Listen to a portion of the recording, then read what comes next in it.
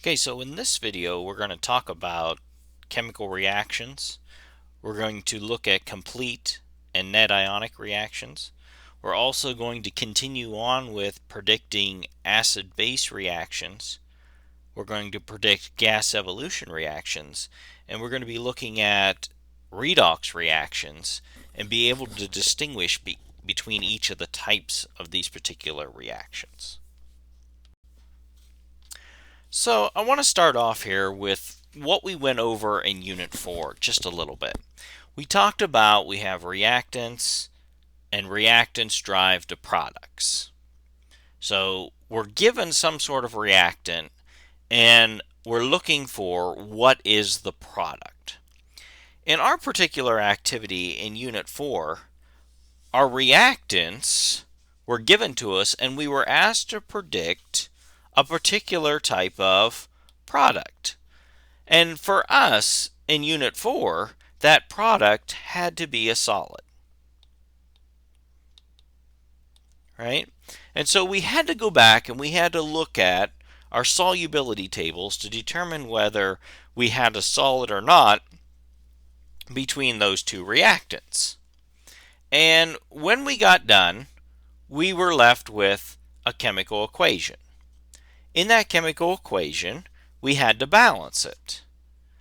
Now, that's where we're picking up in this unit, unit number 5. Okay, when we have these particular equations that are balanced after we've predicted them, they have the AQs and the S's in them, that is what we call the molecular equation. So here's an example of a molecular equation. I have Na2CO3 plus CuCl2 gives me 2 sodium chlorides and 1 copper carbonates. Now, if you look back at the Unit 4 video, you'll see that we actually did this particular problem. Okay, this is our balanced chemical reaction. Okay, so we have a balanced chemical reaction. In this part, when we predicted the two, we were looking for which one is my solid. So in this case, it is copper carbonate. That's the one with the little S beside it, meaning it's insoluble. It does not dissolve in water. So what we're going to do in this section, we were talking about molecular equations, complete ionic equations, and net ionic equations. Now, with a complete ionic equation, what we are going to do is we are going to look for the AQs. I have an AQ here, I have an AQ here, and I have an AQ here. What that means is I can break apart anything that is aqueous into its ionic form. So to start this off, I'm going to start with the sodium. I have 2 sodium atoms, so that means I have 2 Na plus 1 plus 1 CO3 to a minus 2. Now, generally speaking, you'll see little AQs in between each one of these. So you'll see a AQ here and an AQ here. Now that gets a little bit messy for me, so that's why you won't see me putting them in there, because I don't want to confuse you with, because I have to write so small. So you will see those AQs in amongst there. Now, then we continue on. I have 1 copper, Cu, at a plus 2 charge. Again, that would be aqueous. Plus 2 chlorines at a minus 1. Okay, so I got that all on the left-hand side of the equation. I just broke them apart into their ions as if they were sitting in that beaker. When I dump them together, now I'm going to look at these things on the right-hand side of the equation. I have 2 sodium atoms plus 2 chlorine atoms. Why? Because that 2 out in front is distributed to the sodium and to the chlorine. Now the last chemical compound is this copper carbonate, and it's a solid.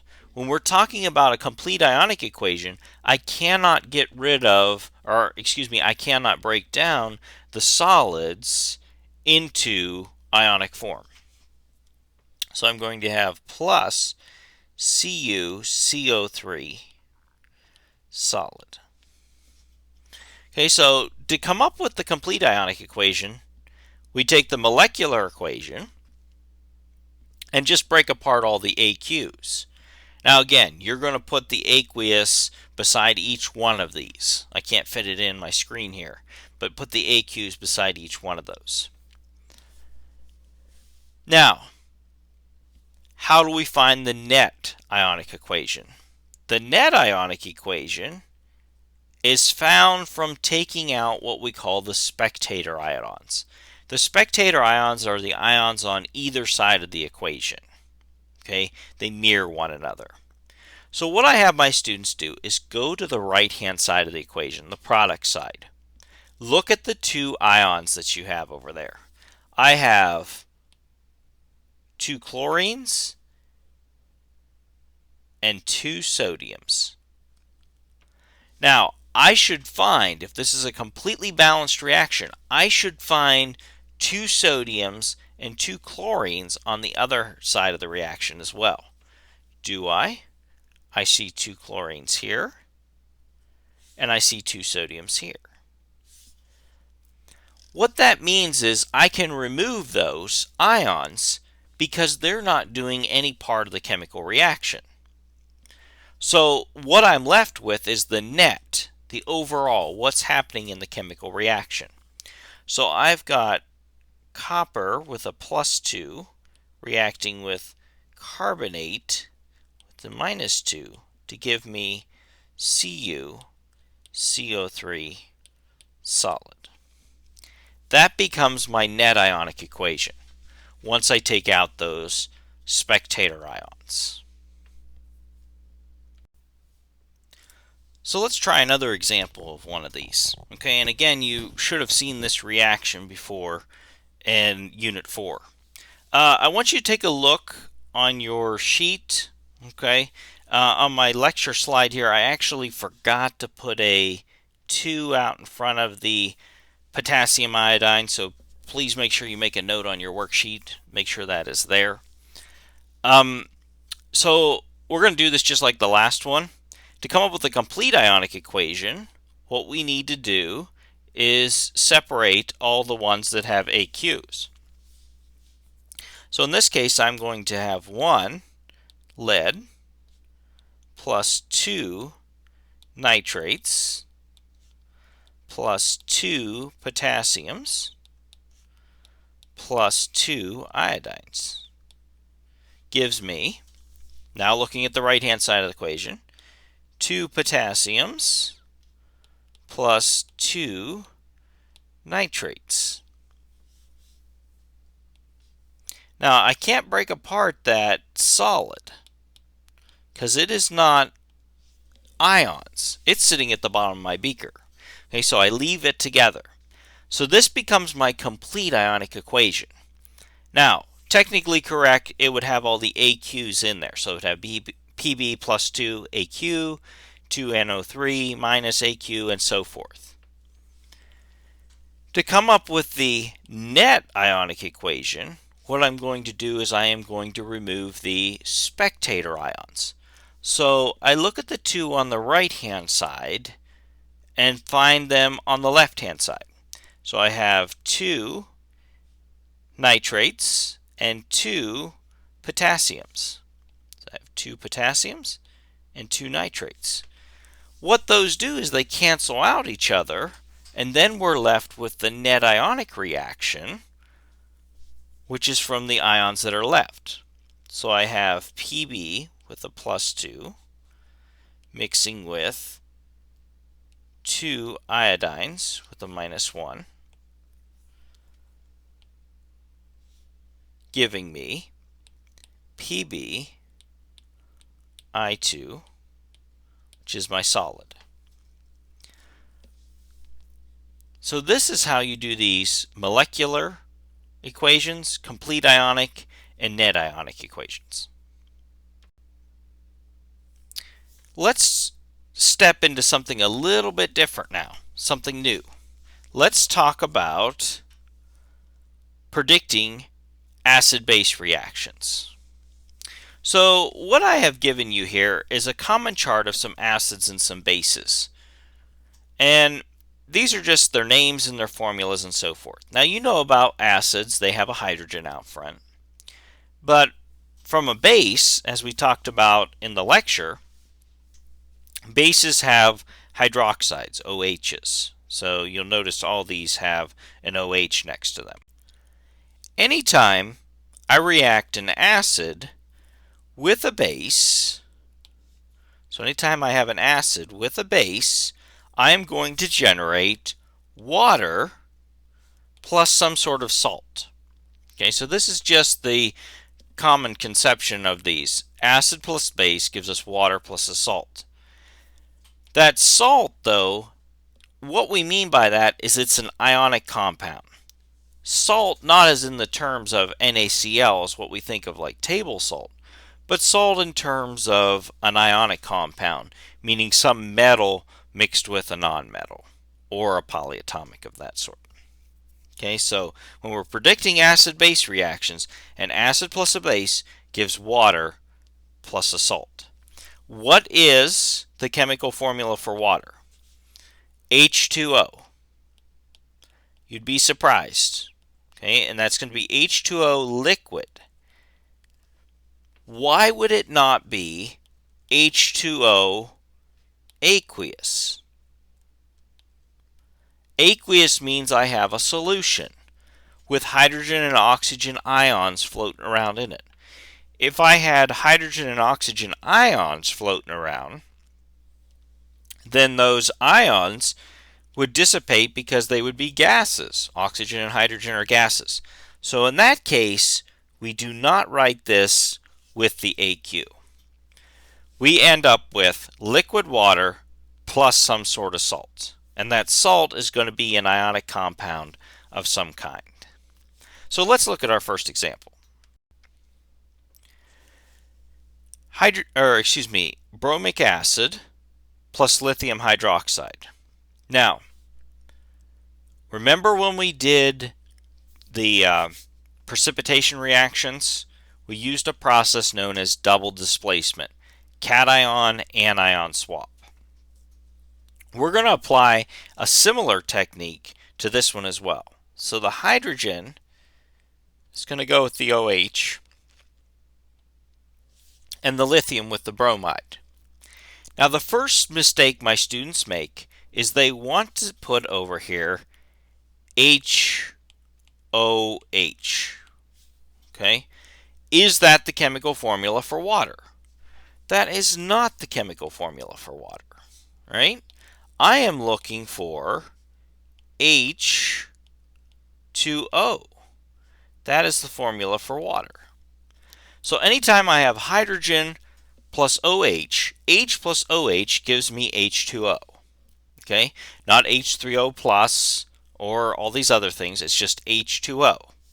Then I'm going to mix my lithium with my bromine. What is the charge on my lithium? Lithium has a +1. Bromine has a -1.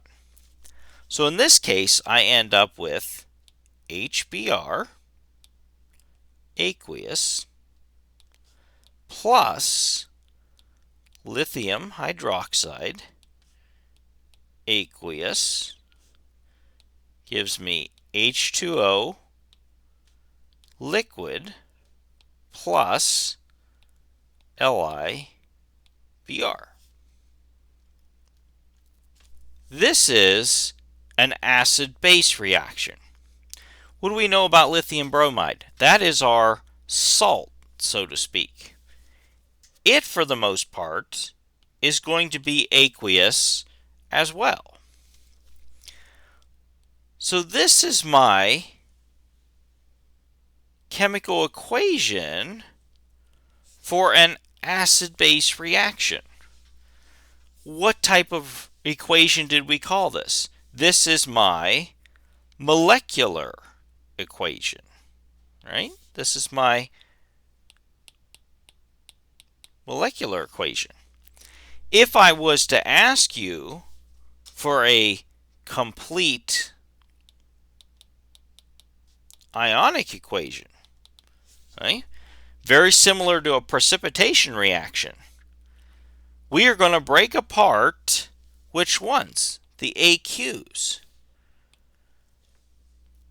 In a precipitation reaction, I did not break apart the solids.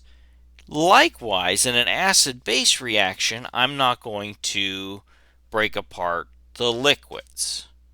Okay, so I can't break apart H2O, otherwise it would dissipate. So my complete ionic then becomes H plus Br minus plus Li plus OH minus to give me H2O liquid plus Li plus Br minus. That will be my complete ionic.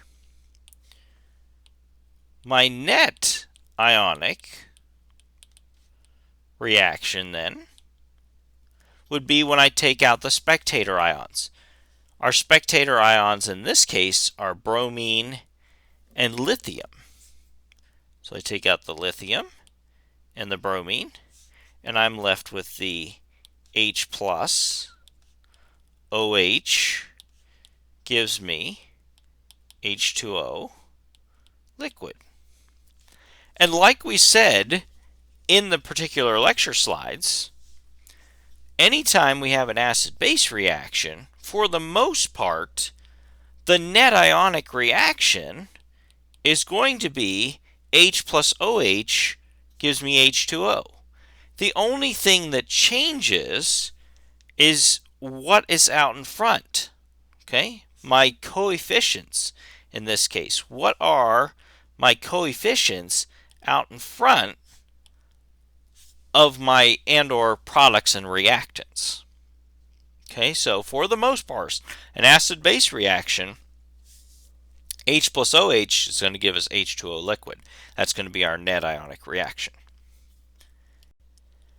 Let's try another example. And I purposely picked this example because in this example, I have H2. Notice how I have that subscript there. H2. So H plus OH, OH2. This is where my students get confused, and they want to write down H2OH2. What is H plus OH? It's simply H2O. Okay, so don't overthink it. H2O, liquid, plus calcium sulfate. Calcium is a +2, sulfate is a -2. Again, if you need to go back and use those charts and tables, please do so to get those oxidation states. So in our particular reaction, I have H2SO4 aqueous plus calcium hydroxide gives me H2O liquid plus calcium sulfate aqueous.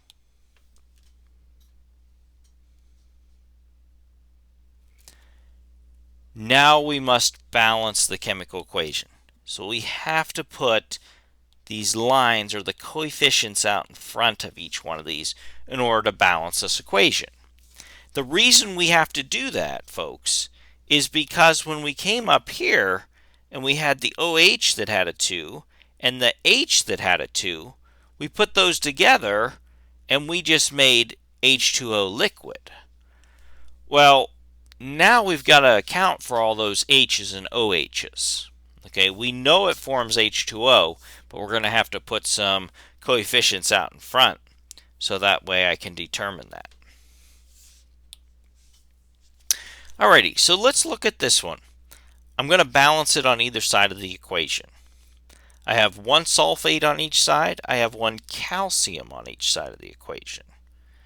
I have 4 hydrogens on the left-hand side, so I need 4 hydrogens on the right-hand side. So I'm going to put a 2 out in front of here. I also have 2 oxygens on the left-hand side, so I need 2 on the right, so that 2 takes care of that. So this equation is now balanced. What do we call this equation? This is my molecular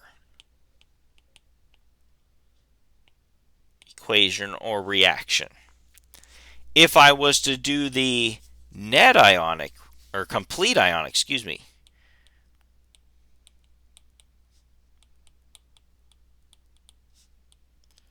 I am going to look at break apart all the aqueuses. So, in this case, I would have 2H plus 1 SO4 minus 2 plus 1 calcium plus 2 hydroxide to give me 2 H2O liquid plus calcium and sulfate. That would be my complete ionic reaction. My net ionic reaction is when I take away the spectator ions. So again, look over on the right-hand side of the equation. I'm going to eliminate the calcium and the sulfate. The calcium and the sulfate. What if they don't equate to one another? What if I have 1 calcium on one side and 2 sulfates on the other? Well, then you made a mistake somewhere. Okay, so you want to make sure that they are both the same on either side. If they're not, then you made a balancing error somewhere. Okay, so if they don't cancel out. So in this case, I have 2H plus 2OH minus to give me what? 2 H2O liquid. What did I say? When you're doing these ones here, right, these coefficients might change out in front. In the previous example, we just had 1. In this particular example, I am having a number 2 out in front of each one of them.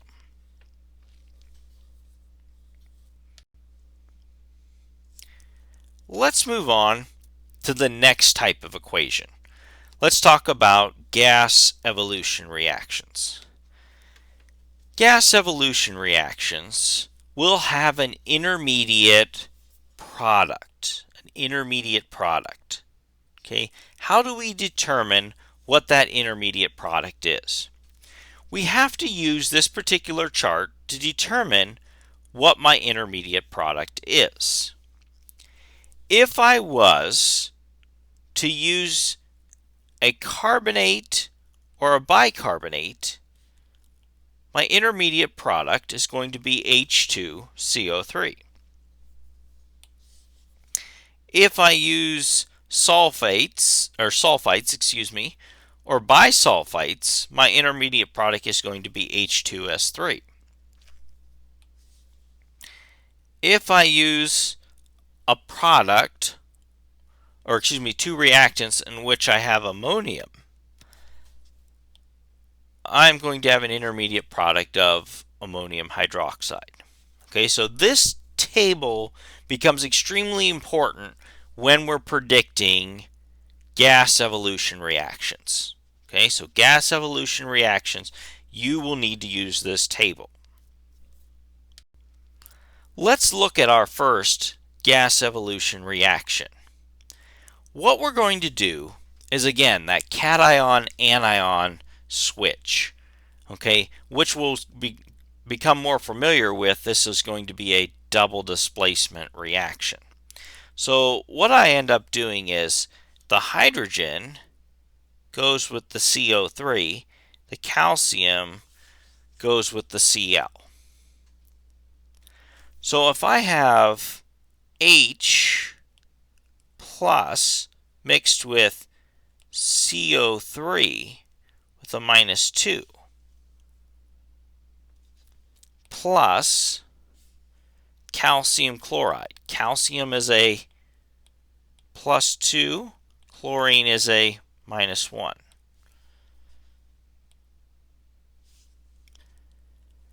I am mixing this with a,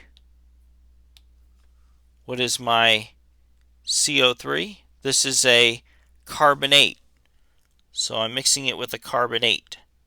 What is going to be my intermediate product? H2CO3. Did I not generate that? Right? Just by looking at it as a double displacement or a cation-anion switch reaction. Did I not get H2CO3? I did, right? Cross and drop. Plus CaCl2. So again, everything on the left-hand side stays the same.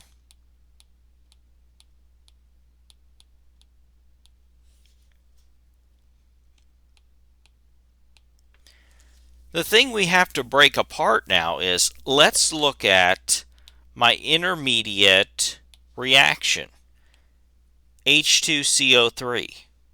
I made this intermediate product. There it is right there, H2CO3. We have to determine what was the gas involved. How do we determine that? Look right straight across. It is CO2.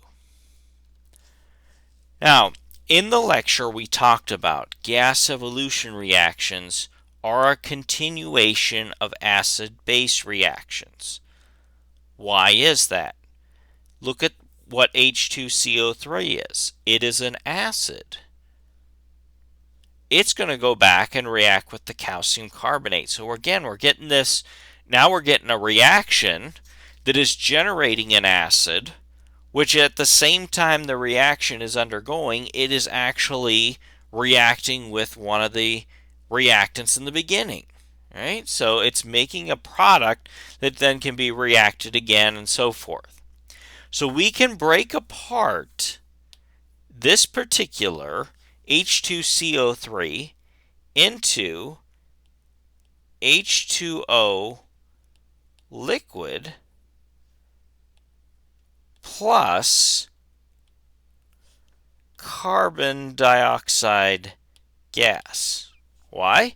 Acid base, we have a water, right? H2O.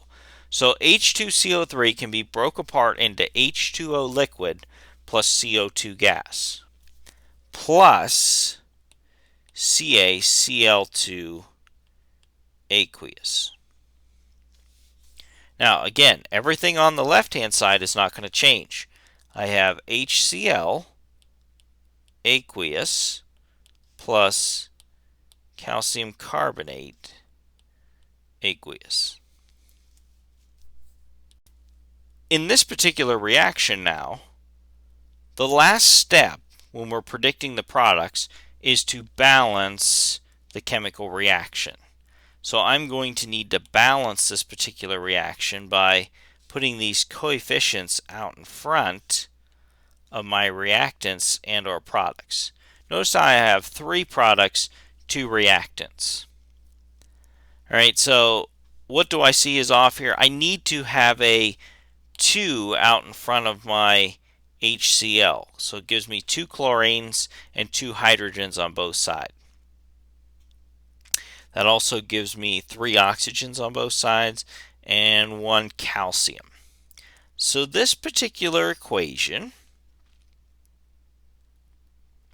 is a predicted gas evolution reaction based on the intermediate product H2CO3. This is the molecular reaction. Okay, so this is the molecular reaction. This is a lot of times what they're going to ask you. Predict the following when I react in this case, HCl with CaCO3. This is a gas evolution reaction. What are my products? So this is the molecular reaction. Now we could do the complete ionic and the net ionic. We just would have to break apart everything that was the AQs. We would leave, though, the S, the L's, or the G's that would come up in my reaction. Right? We can't break those apart into ions. Let's try our hand at another gas evolution. So here's our next gas evolution reaction. Again, let's look at it as a double displacement. H goes with the SO3, potassium goes with the bromide. We'll take a step back here and we'll ask ourselves, what is SO3?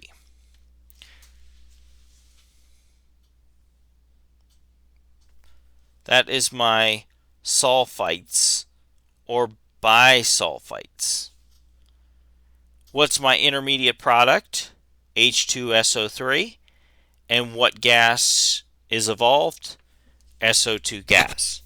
So, in order to do these gas evolution reactions, you're going to have to look at the charts in order to be able to properly predict the products. Okay? So, we're going to have hydrogen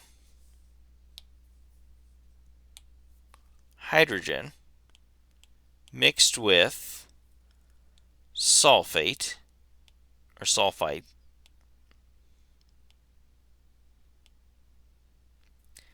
plus potassium with bromide.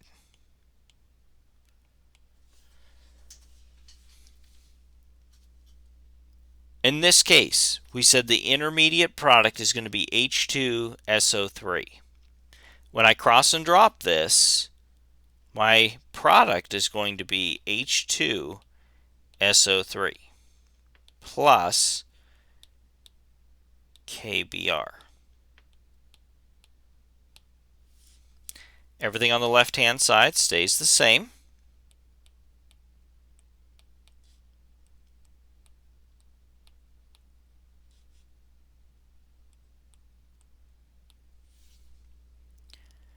We can break apart my H2SO3 into what?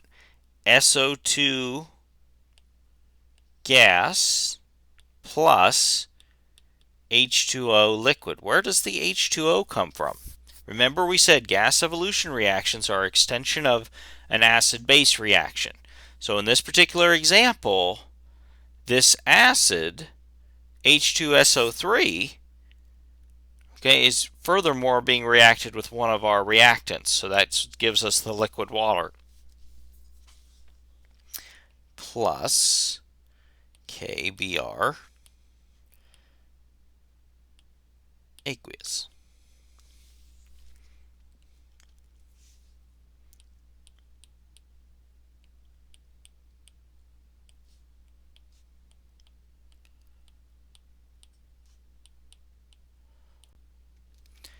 Now I need to balance my chemical reaction. So I'm going to put these lines out in front. I have 2 reactants and 3 products. So in order to balance this thing, I'm going to need to put a 2 out in front of the KBr and a 2 out in front of the HBr. And that makes that equation balanced. Now, what about the lines that we don't have any numbers on again? What are those? Those are understood to be 1, right? Those are understood to be 1 on those particular lines. What is this equation? This is my molecular equation. Okay? This is my molecular equation, or also known as my overall reaction.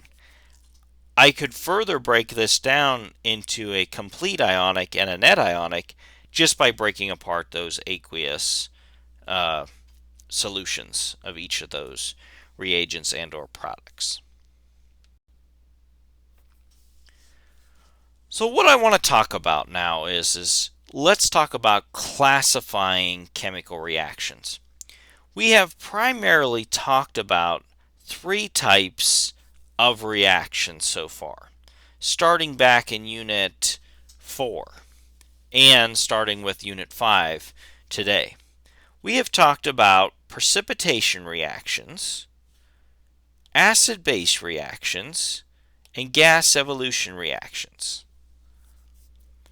Okay, if something is a precipitation reaction, what do we have? We have a solid.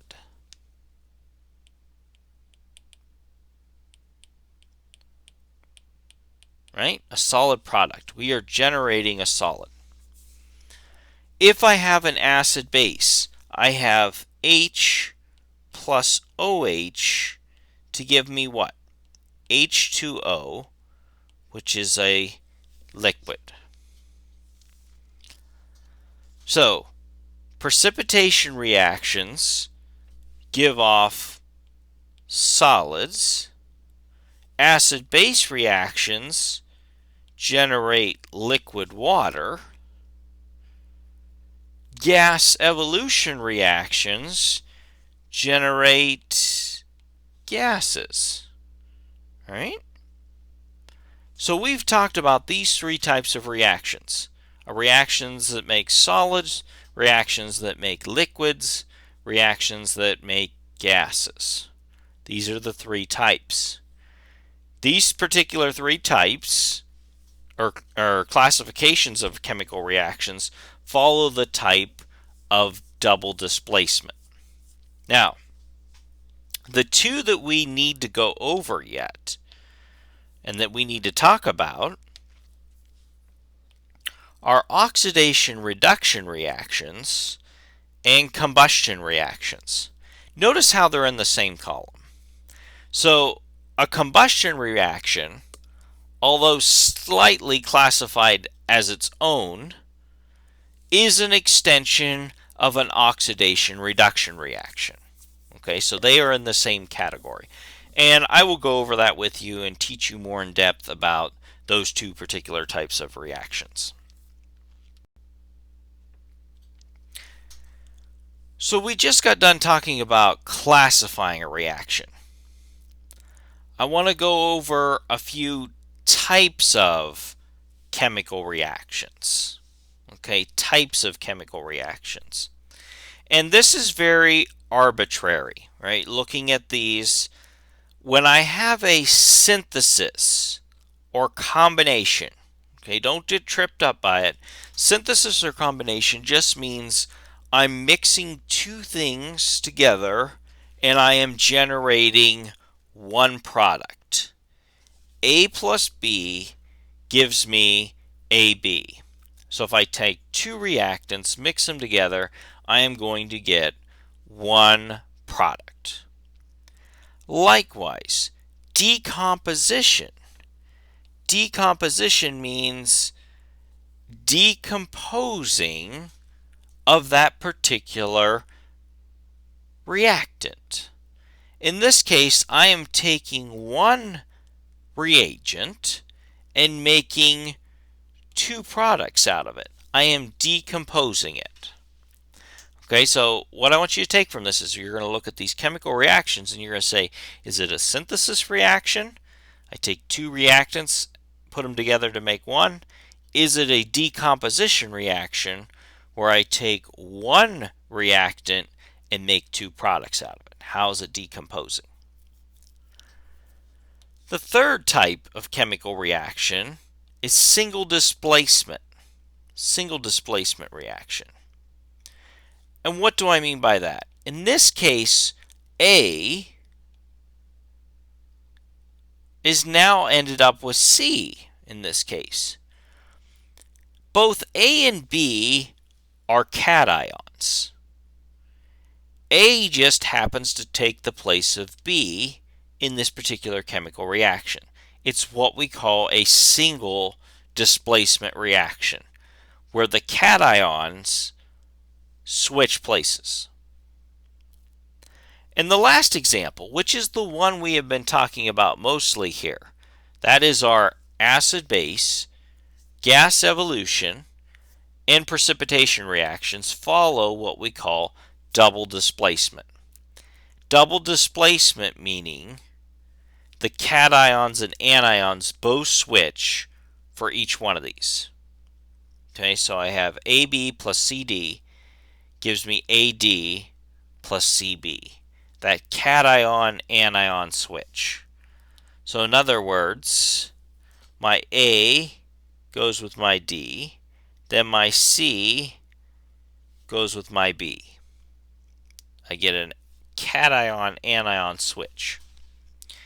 Now, they oftentimes argue there's one more type, right? The combustion reaction. Okay, so that is another type. So we have synthesis, combination, decomposition, single displacement, and or double displacement.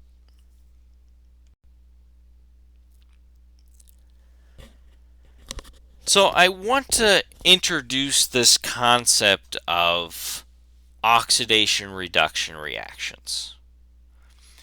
Oxidation reduction reactions is which reactant is getting oxidized and which one is getting reduced. We call these redox reactions. Redox reactions. And what I've done here is I've included this little chart for us to go over just a little bit. Okay, we have X and Y in a redox reaction. X is one reagent, Y is another. Okay, we're looking at how the electron is transferring from this. Now, as you went over in the lecture notes, we talked about this idea or concept of oil rig. Oil meaning oxidation is loss of electrons. So we need to know, what is the definition of oxidation? Oxidation is the loss of electrons. Rig, reduction, is gain of electrons. Okay, so now this is kind of confusing, right? Because we think reduction is gain. Right? Well, what it has to do with is the positive charge. So I know it sounds a little confusing in this particular sense, but please make sure you understand what oxidation is and what is reduction. Oxidation is the loss of electrons, reduction is the gain. If X is the oxidation, then X is oxidized by Y. X loses electrons. X is a reducing agent. X increases in oxidation number. Okay, so if it's a oil, oxidation is loss, then X is oxidized by Y, Y loses electrons, X is a reducing agent, and X increases in oxidation number. If it is a rig, reduction is gain of electrons, Y then is reduced by Y, reduced by X, Y gains electrons, Y is an oxidizing agent, and Y decreases in oxidation number. So let's take a look at this example problem that I have just to the right hand side of this. 2 magnesium solid plus oxygen gas generates 2 MgO solid. Now what I want you to do is I want you to break this apart and look at its oxidation states. So again, I'm going to look at the product, 2 Mg with a +2, oxygen with a -2. Okay? We now have oxidation states on each one of those. Okay, so oxidation states on each one of those tell me what's happening in the reaction. Which reactant is doing the oxidation and which one is doing the reduction? So let's go back and just take a simplistic look at this. Mg is on the left-hand side of the equation. Okay, so Mg minus 2 electrons would give me Mg with a +2. What's wrong with this picture? We cannot subtract 2 negative electrons. That is not the proper way to write this in chemistry. Okay? So in this case, we would write this as Mg is equal to Mg with a +2 minus 2 electrons. Excuse me, plus 2 electrons. Switching it to the other side of the equation. Let's look at the oxygen.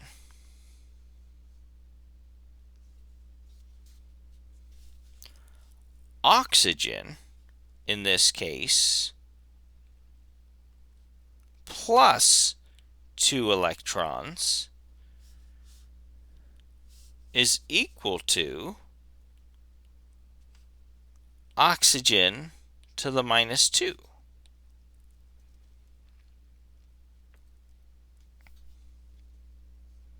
Okay, so we look at this representation. What's happening to my oxidation states?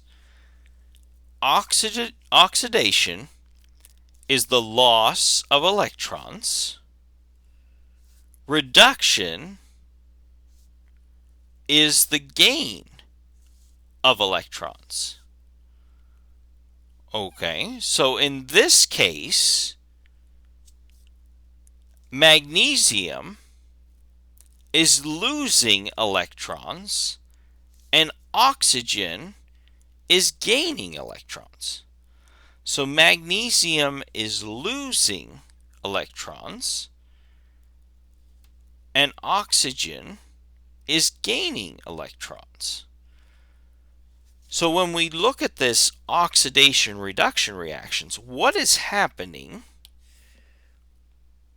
from my magnesium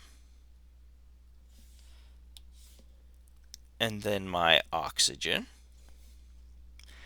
My magnesium is losing electrons, so it is undergoing oxidation.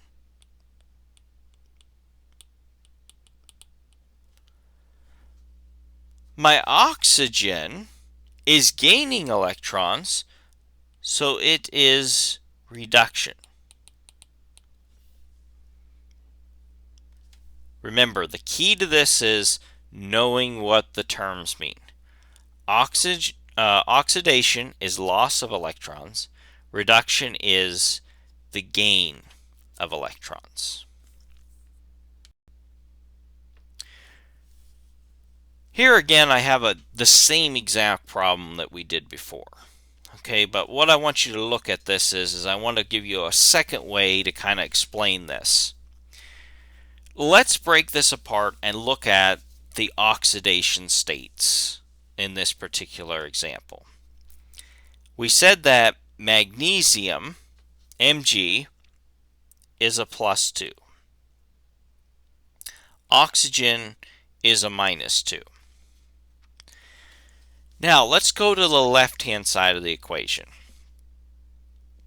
What is the oxidation state for magnesium by itself as it sits on the periodic table, right?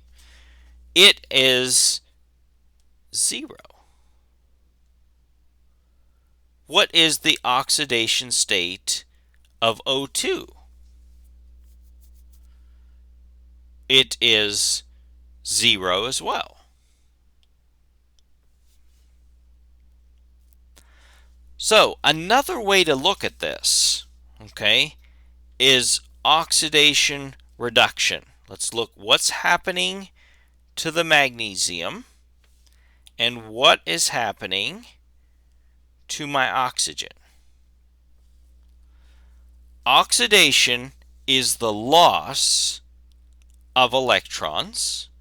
Reduction is the gain of electrons. If magnesium went from an oxidation state of 0 to +2, is it gaining electrons or losing electrons? If it went from 0 to +2, it is losing electrons. So in this case, if we are losing electrons, this is oxidation.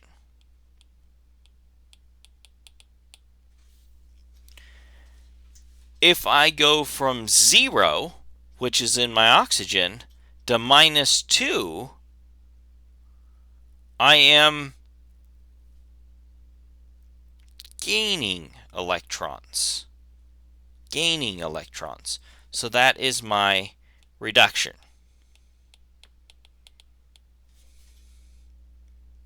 Another way to look at it. Look at the starting quantities of the numbers and compare them to one another. Okay, so let's look at this little chart I have below here.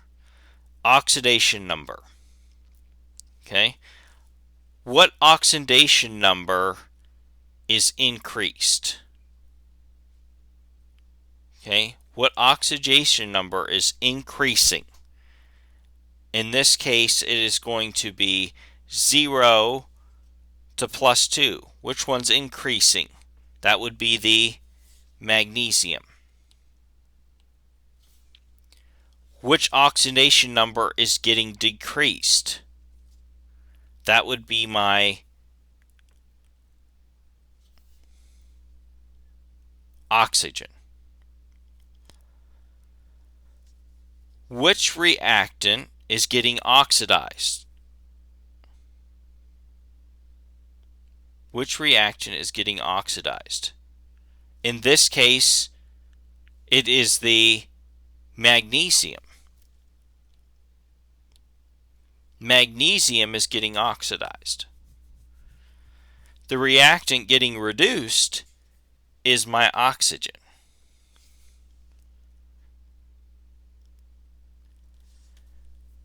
Which one is the reducing agent?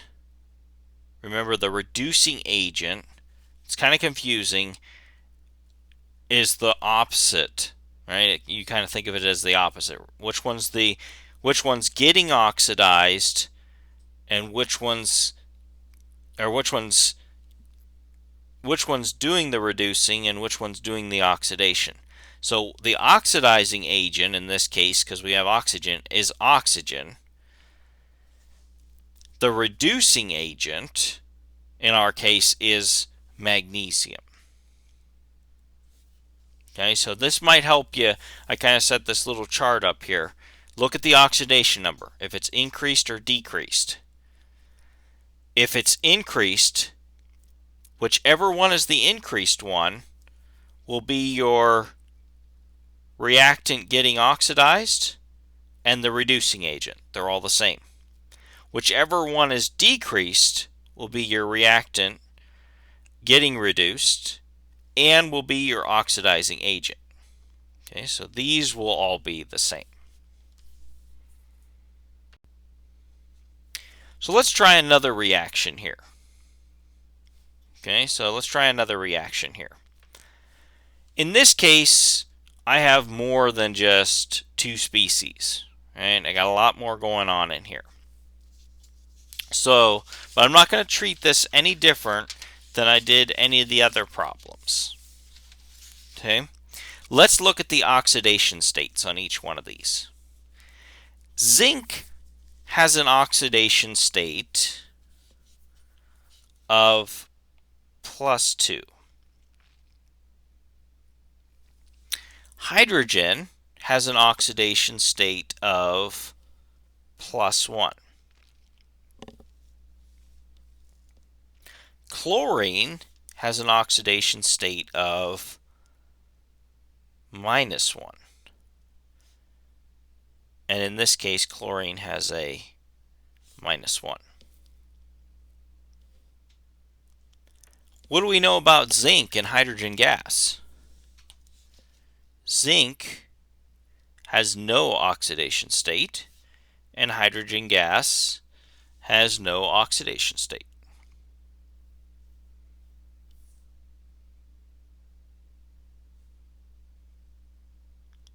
So now let's compare the compounds.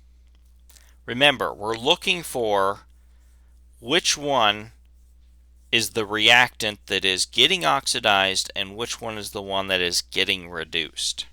So we're looking at both of my reactants. So let's first look at zinc. Zinc to zinc. And then we'll look at hydrogen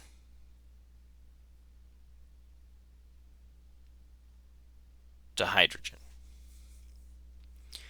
Okay, zinc to zinc. Left-hand side to right-hand side. Which one has an oxidation number that increased? Zinc went from 0 to +2. If the oxidation number increased, then I'm going to put my zinc down here. Which one of the oxidation numbers decreased? Well, hydrogen went from +1 to 0. So in that case, hydrogen had an oxidation that decreased. So the reactant getting oxidized in this case is going to be my zinc, and the reactant getting reduced is going to be my hydrogen. The reducing agent will be zinc, and the oxidizing agent will be hydrogen. It kind of helps if you look at the oxidation states, then draw the arrows. As they go from left to right, determine whether it is increasing or decreasing the oxidation number.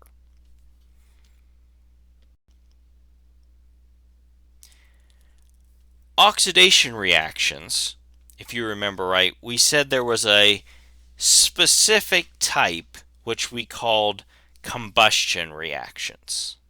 Okay, we have seen these combustion reactions before, right? We've seen these combustion reactions before. So in this particular case, let's look at our oxidation states on each one of these. Okay, we're going to start out with oxygen here in the center, O2.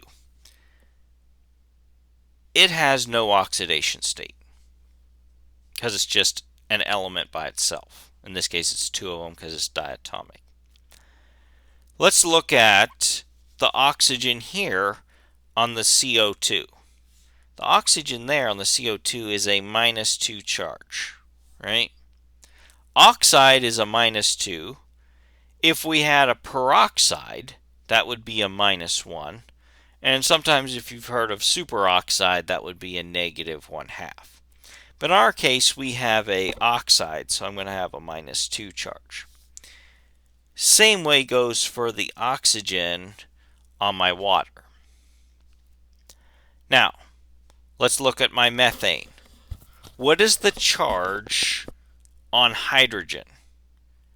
Hydrogen has a +1 charge.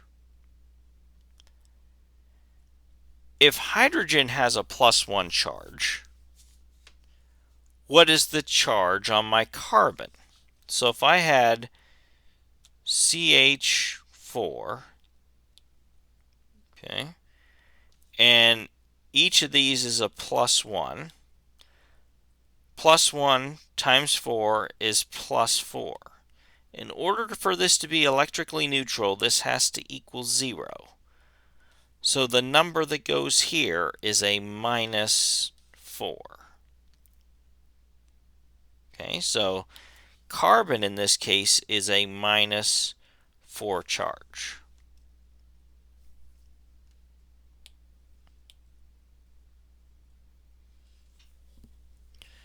So I know my oxidation states.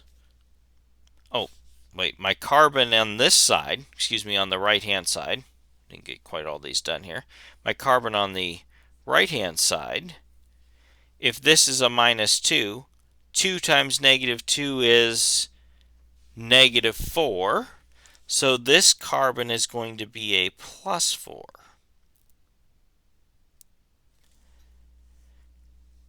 If this oxygen is a -2, and I have 2 hydrogen atoms, then this is going to be a +1.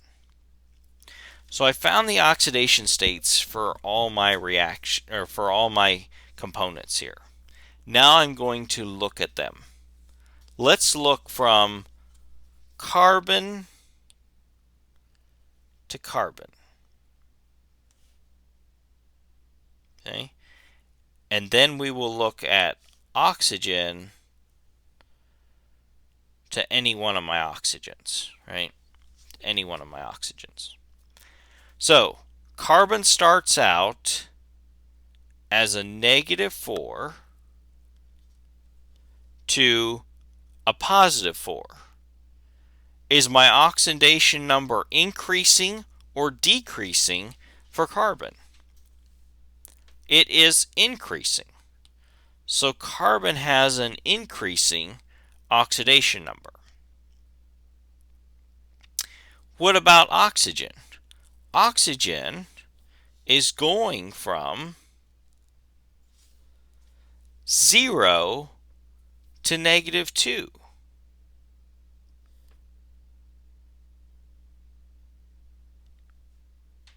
So it's going from 0 to -2, so my oxygen is getting decreased.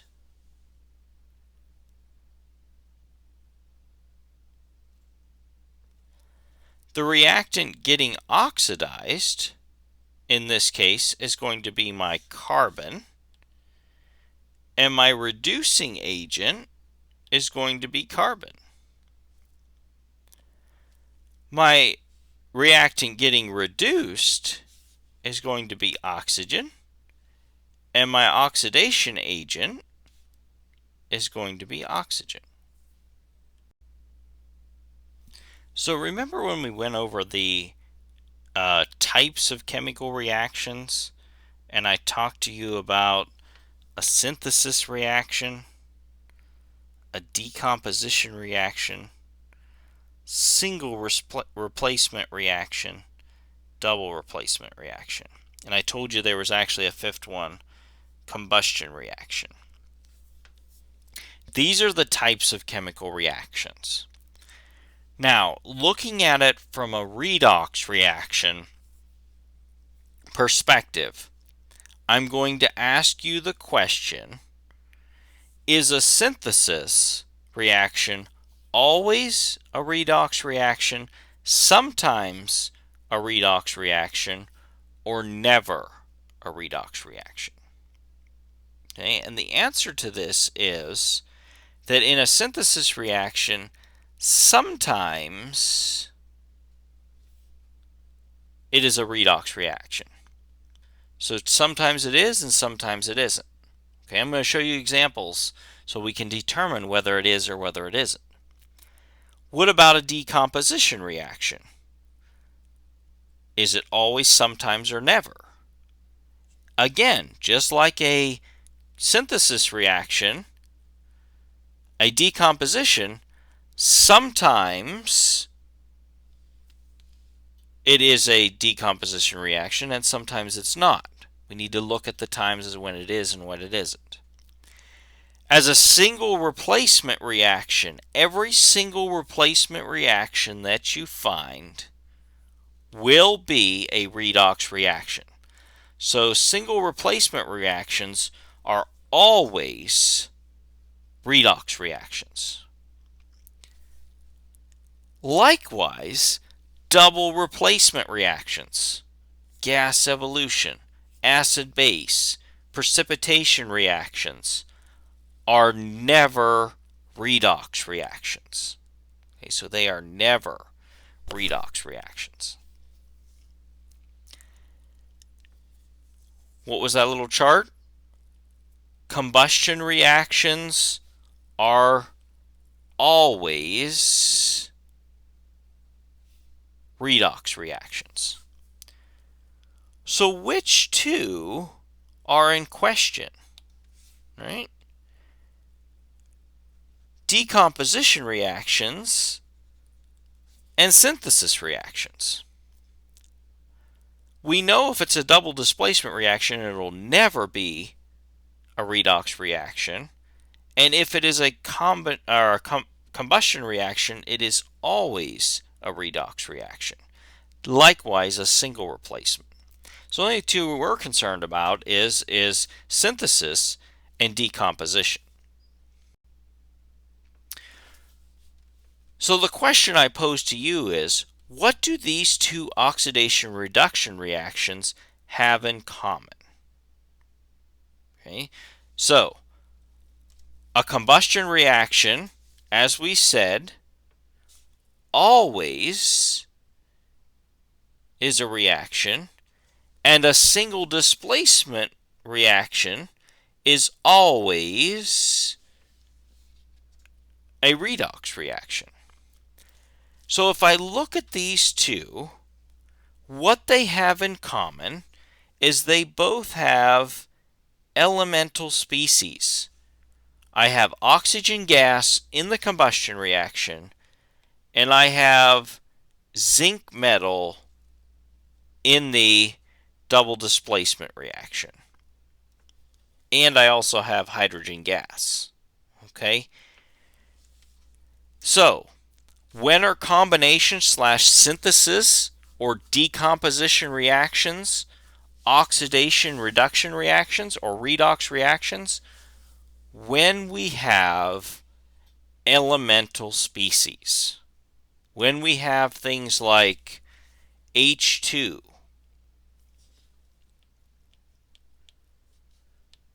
or O2 or zinc metal or copper.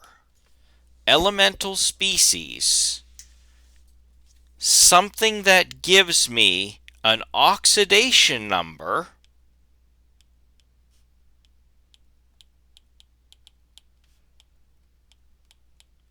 of what? Of 0. Something that gives me an oxidation number of 0. In this case, this oxygen has an oxidation number of 0. This zinc has an oxidation number of 0. And this hydrogen has an oxidation number of 0. By giving me an oxidation number of a 0, that enables me to determine whether something has been oxidized or reduced by looking at those. I can look at either side of the equation and see whether something has increased or decreased in oxidation numbers. So, the question is that when we're doing synthesis or decomposition reactions, sometimes they can be oxidation reduction reactions and sometimes they cannot. When are they oxidation reduction reactions? When the oxidation number is equal to 0 for one of the reactants Okay, so when one of the reactants has an oxidation number of 0, that's when we can say it is a redox reaction. So why did we have to go through that? In some of the cases, they are going to ask you to classify and look at different types of chemical reactions and indicate which type of chemical reaction. Is it a synthesis, a decomposition, a single displacement, double displacement, or combination? Combustion. Then determine its classifying chemical reaction. Is it precipitation, acid base, gas evolution, or a redox reaction? Okay, so we have to be able to look at a chemical equation, determine what is its type of reaction, and then classify that particular reaction. Okay, so let's take this apart, take this in little steps here. Okay, so step 1 is let's look at the type of the reaction.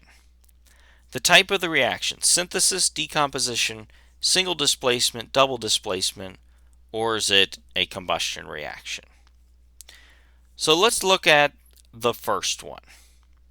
Okay, I have sodium going with the nitrate, lead going with the bromide.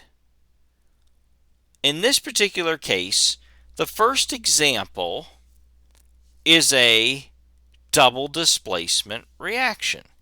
So this is a double displacement. Iron plus oxygen. Iron plus oxygen gives me one compound. I'm taking two things and making one out of it. So in this case, this is a synthesis reaction. What about the next one? I have some fuel plus what? Plus oxygen, right? Some fuel plus oxygen to give me carbon dioxide plus H2O. This is a combustion reaction.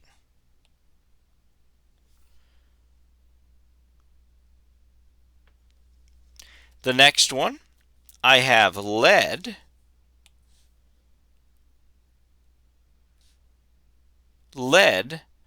then goes with the PO4, making me lead phosphate. In this case, I have a single displacement reaction.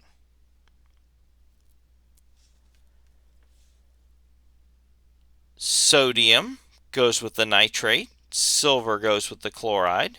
This again is a double displacement.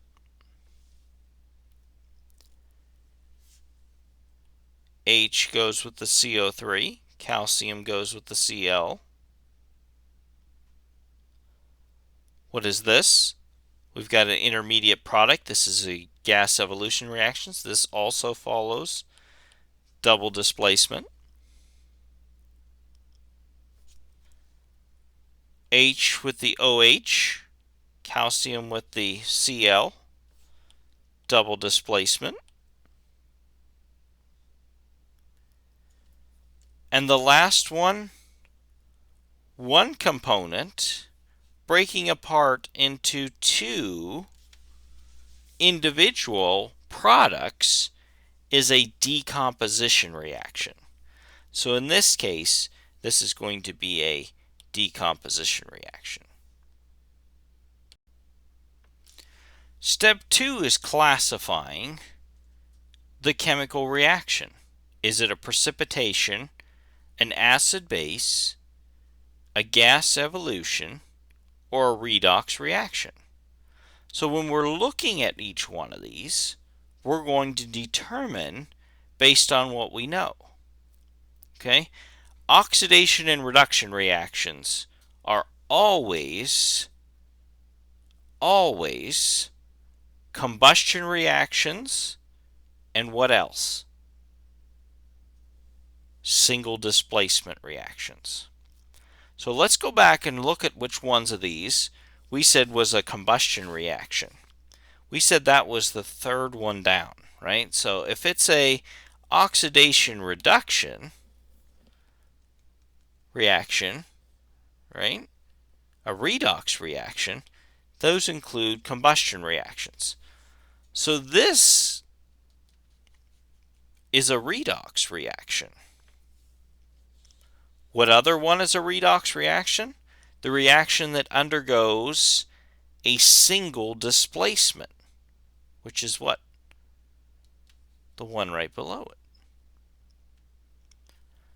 So these two end up being redox reactions. Okay? We know that for certain.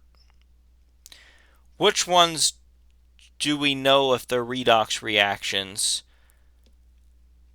can be or cannot be? Those are the synthesis and decomposition reactions. Can be or cannot be. What is the determining factor? If we have elemental reactants where the oxidation number is 0, those both are redox reactions. Okay, so these again are both redox reactions because they follow the criteria.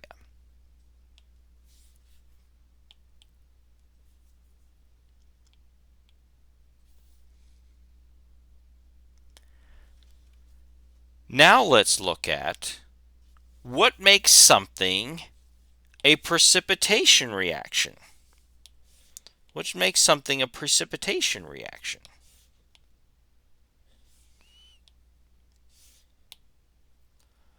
Precipitation reactions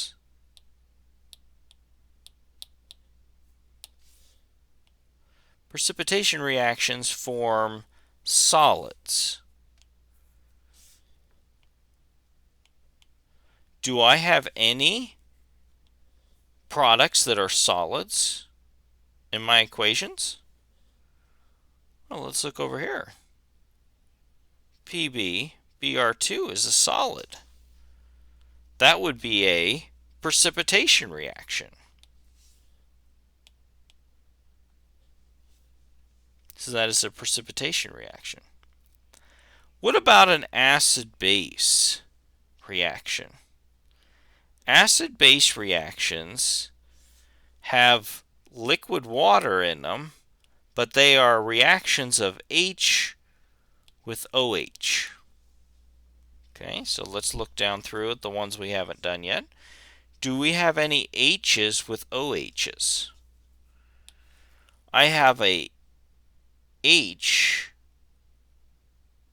with a CO3. I have an H with an OH. If it's an H with an OH, it's an acid-base reaction. So this is an acid-base. What is a gas evolution reaction? That is where I have a gas being given off, but I have an intermediate product, right? In this case, I have carbon dioxide gas being given off. So this is a gas evolution reaction. And I guess I missed one here in the center. We have another one that also has a solid. So this one is a precipitation reaction. So this is a precipitation. So now that we've explained how to get each one of those, let's look at them again at this particular problem. Indicate the type of chemical reaction: synthesis, decomposition, single displacement, double displacement, or combustion. Then determine its classifying chemical reaction: precipitation, acid-base, gas evolution, or redox reaction. Okay, so let's look at the first equation. The first one, we're looking at this. I see I have a Na goes with the NO3, and the Pb goes with the Br. So we know this is a double displacement reaction.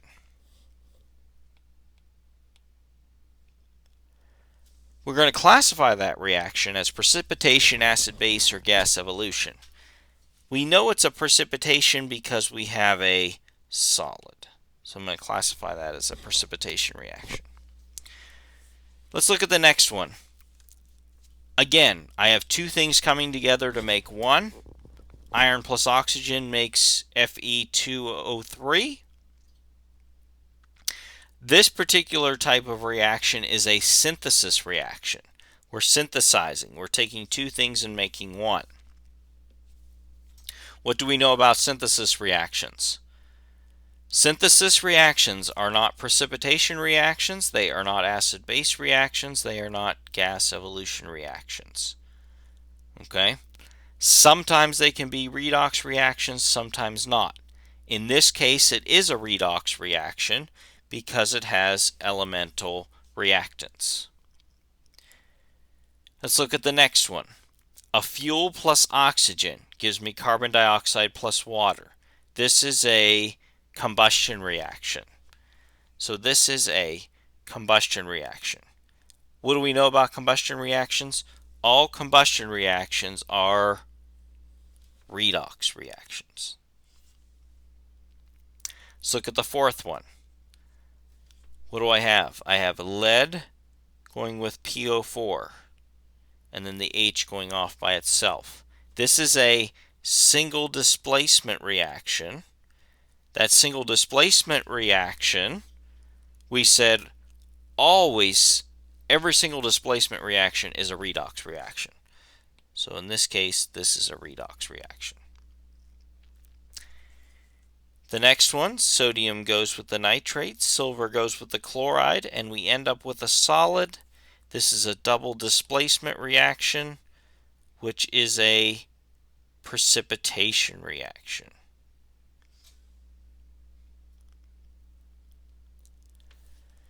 H goes with the CO3, calcium goes with the chloride.